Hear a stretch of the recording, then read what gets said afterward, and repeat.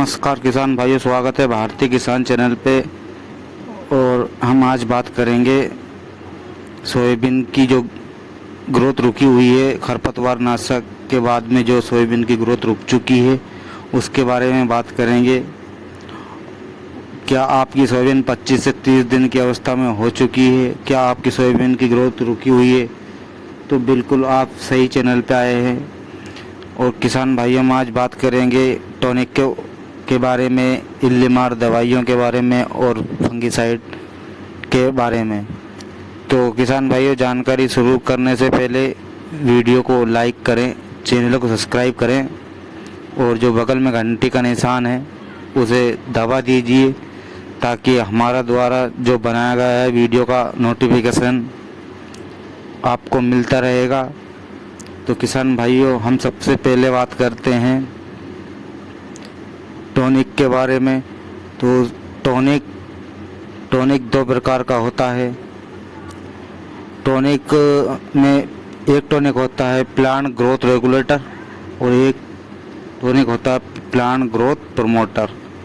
Plant height को बढ़ावाना है या हाइट को रुकवाना है, उसी हिसाब से अपने को टॉनिक दुकानदार से लेना है। तो किसान भाइयों, अगर हाइट बढ़ाना है तो प्लांट ग्रोथ प्रमोटर की ज़रूरत लगती है और साथ ही में प्लांट ग्रोथ प्रमोटर हाइट को भी बढ़ाता है, फल फूल को भी बढ़ाता है और दाने को भी चमकदार बनाता है। किसान भाइयों, अब बात करें प्लांट ग्रोथ रेगुलेटर की। तो प्लांट ग्रोथ रेगुलेटर हाइट को कंट्रोल करता है, फल फूल को बढ़वार करता है, तने को मजबूत बनाता है, फल को दाने को चमकदार बनाता है और ठोसपन वजनदार बनाता है। तो किसान भाइयों, ये थे पीजीआर और पीजीपी, प्लांट ग्रोथ प्रमोटर और प्लांट ग्रोथ रेगुलेटर, दोनों में अंतर। एक का काम होता है हाइट को बढ़ाना, जो ग्रोथ रुकी है उसको बढ़वा करता है, और एक का काम होता है हाइट को कंट्रोल करना, तने को मजबूत बनाना। ये दोनों अलग अलग इनके काम होते हैं। सोयाबीन की हाइट कंट्रोल करने के लिए क्लोराइड 50% SL केमिकल की आवश्यकता लगती है और यह केमिकल लियोसिन में होता है। लियोसिन BASF कंपनी का होता है। लियोसिन को आप यूज़ कर सकते हैं। दूसरे नंबर पर आता है गर्डा कंपनी का चमत्कार। इसमें केमिकल की बात करें तो मेपिक्वाट क्लोराइड 5% इसमें केमिकल होता है, जो पौधे की हाइट को कंट्रोल करता है, उसकी ग्रोथ को रोक देता है। तो आप इसका भी यूज़ कर सकते हैं। और किसान भाइयों, तीसरे केमिकल की बात करें तो सिजेंटा का कल्टार। सिजेंटा का कल्टार में जो केमिकल है उसकी बात करें तो इसमें पेक्लोबुटाजोल 23% SC फार्मूलेशन में ये आता है। ये भी हाइट को कंट्रोल करता है, पौधे की ग्रोथ को कंट्रोल करता है और साथ में फल फूल को भी ये प्रदान करता है। अब बात करें सोयाबीन की ग्रोथ करने के लिए सबसे बेस्ट टॉनिक के बारे में, जो प्लांट ग्रोथ प्रमोटर है उसके बारे में जानते हैं। तो सबसे पहले बात करते हैं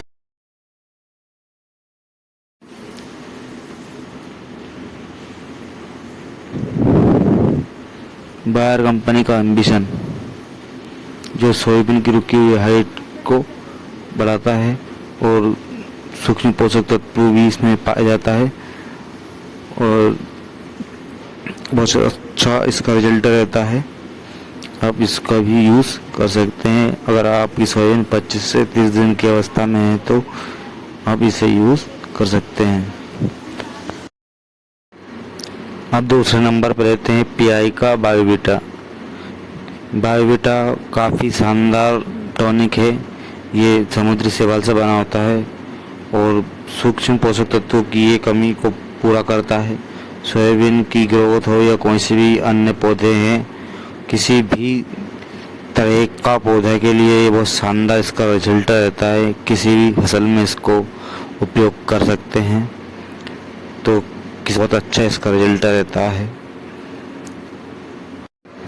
अब बात करें डाटा का बाहर की, तो इसका भी बहुत शानदार रिजल्ट रहता है। ये प्लांट ग्रोथ प्रमोटर बहुत शानदार प्लांट ग्रोथ प्रमोटर है। ये फूल आने की अवधि में भी आप डाल सकते हैं, 25 से 30 दिन की अवस्था में भी इसका डाल सकते हैं।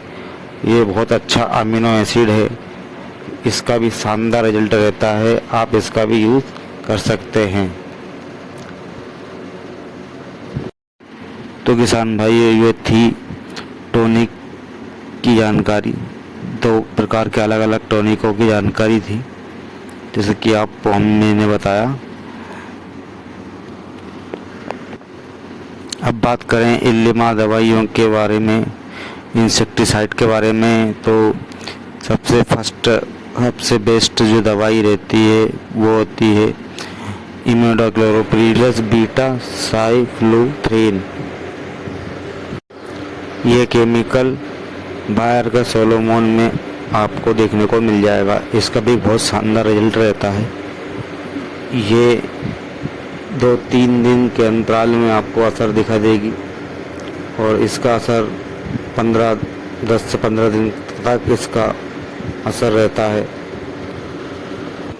अगर इस दवाई के संपर्क में अगर इल्ली आई तो हैंड टू हैंड नष्ट कर सकती है, और यह दवाई पौधे को जहरीला बना देगी 10 से 15 दिन तक। इसके संपर्क में जो भी कीट इल्ली आई वो उसको नष्ट होना तय है, क्योंकि ये सिस्टम से मतलब पौधे को जहरीला बनाती है, और हैंड टू हैंड अगर इल्ली के ऊपर दवाई डल जाए तो उसको मरना तय है। तो किसान भाई, सोलोमोन बहुत अच्छी दवाई है, और ये दवाई थोड़ी महंगी आती है, पर आप इस दवाई को यूज़ कर सकते हैं। बहुत शानदार इसका रिजल्ट रहता है।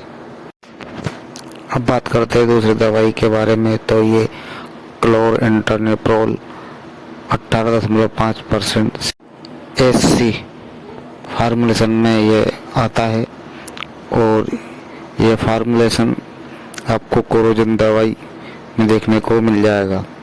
ये भी कॉन्टैक्ट और सिस्टमेटिक दवाई है, जो दोनों तरह से काम करती है।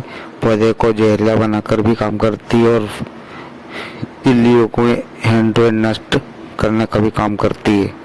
ये दवाई 10 से 15 दिन के अंतराल तक